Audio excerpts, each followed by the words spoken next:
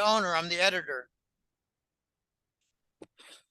Hello, everybody, and welcome again to the Nassar 17 channel. We are very blessed to have a one of our favorite guests, Jim Willie from golden-jackass.com. Hello, Jim. How are you? Um, I'm a little rattled, to tell you the truth. Um, I'm nervous. I have my own challenges here of a new event. Seems like every few weeks, multi-thousand-dollar costs. So I'm a little rattled. I'm coming off an extortion with the lovely government here. Um, when you get an extortion from the government, you can't turn to the government to give you relief on the extortion from the government. So that's a problem. But I'm increasingly anxious, but at the same time confident about the election. Um, and let me just say a couple of interesting interpretations, because a lot of people are very worried that Kamala is going to have the election stolen for her victory. Um, well, there's a guy named Jamie. I can't remember his last name, but I'm certain he's a very nasty, vicious, fascist Dem. They're not Democrats, so let's not call it Democratic Party. They lost the name. They're fascist Dems now in my book. He said from California that there's a movement among the congressional Democrats, but they're really fascist Dems, that they're not going to certify the election if Trump wins. Well, what he should Hmm. have said was when Trump wins, because they wouldn't even be talking about that unless they expected to lose. Okay, they're making plans now, Brock, for a Trump victory. Now there's another item that came out where the fascist Dems said, we got an ace in the hole here, because in the Congress, in order to ratify the Electoral College victory, the vice president must sign and approve it. And that's Kamala Harris. Hmm. And she won't do that. So what I think we're leading to here regarding the election is the fascist Dems know they're going to lose. And look, I'm a statistician. I have, I took a whole course in graduate school, and it was really quite interesting in a dull way. It was the science and the statistical properties and probabilities of sampling, of polls, stratified sampling. And, it gets a lot more complicated than people might think.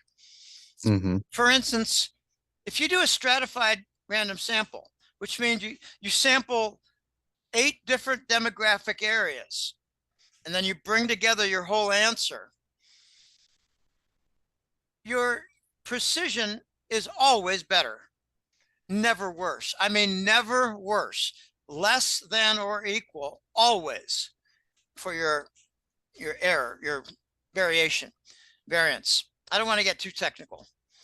Um, and other things I learned, like if you have 2 random samples, 2 political polls, and they say the statistical accuracy is plus or minus 3%, and then they say Trump is ahead by 12, and the other one says no, Hillary's ahead by 8.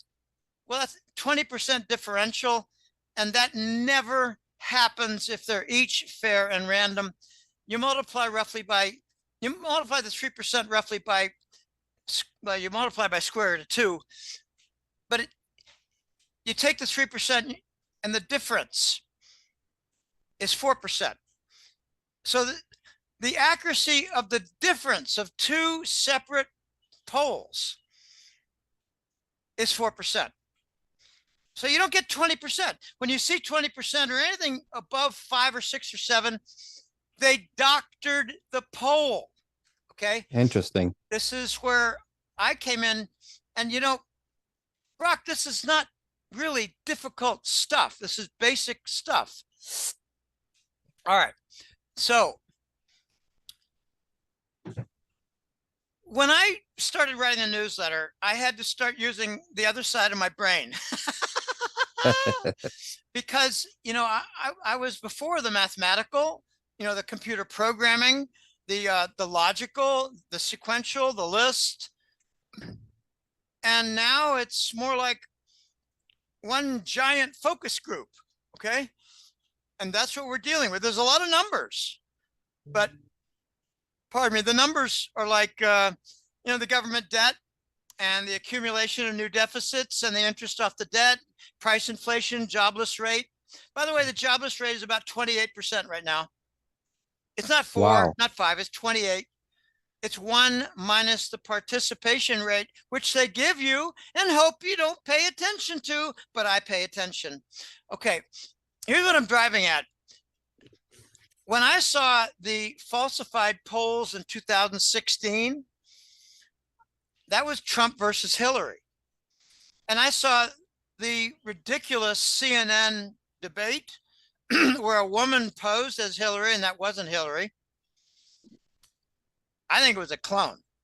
I don't want to get into a big clone discussion, but it looked a lot like Hillary, had a wider face and looked 30 years younger. So who was it? Yep. I gave you all the hints. It's a clone. And you got to pull her pants down to verify no genitalia. So let's not go there. All right.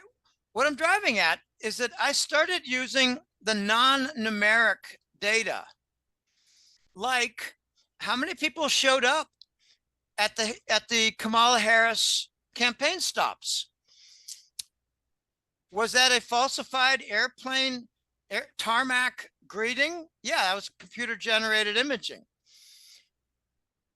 Are there reports of paying homeless and other people to show up at Kamala campaign stop? Yeah. How many thousands showed up in Nashville for Trump attending the Bitcoin conference? 25,000. How many people showed up the same week at Kamala Philadelphia meeting? 60. Okay, I piece it together piece by piece by piece. Some of them are not numeric. And I conclude that Trump was ahead by 50%. Wow. Now it's closer to 60%. It's like 80 to 20, Brock, and I'm not joking around. I saw a poll. No, it was a black host. Oh no. Well, there were actually 3 or 4 black hosts. One black host, Lemon, formerly of CNN. He went to Atlantic City, and he asked about 15 people, Trump or Kamala, and I think all but 2 said Trump. Like 13 to Trump, 2 to Kamala. Wow. Then there was another one. It was a white guy. It wasn't a black show host because the blacks are sampling the black segment, and they hate Kamala. They hate her. Really? Oh gosh, my impression is it's like 70% for Trump among just the blacks.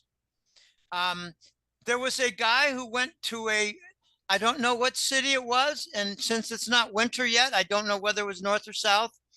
And he had a picture of Trump and a picture of Kamala, and people were walking by and he said, "Quick, Trump or Kamala? Trump or Kamala? Trump, Trump, Trump, Trump." 17 in a row. Wow. And finally, a black guy said, "Well, I'm kind of reluctant to tell you, but I like Kamala." All right, well, you're a moron. Move on. We've got a lot of evidence, and some of it is numeric and some of it is intangible. Like what I just cited, the picture. The picture is loaded with pro-Trump evidence. Another pro-Trump evidence item is they're trying to kill him. No one's trying to kill Kamala because she's a joke. And I have a new way of presenting the Kamala supporters. They're closet Marxists and morons. They're sleepwalking for the implementation of communism, one-party political system with total censorship, and any political opponent will be thrown in jail. They're sleepwalking the implementation of communism, and they're ignoring that Kamala Harris has, I think it was 7 different annual stamps for the Soviet Union Communist Party membership card. I put that in my, I think it was the June, might have been the July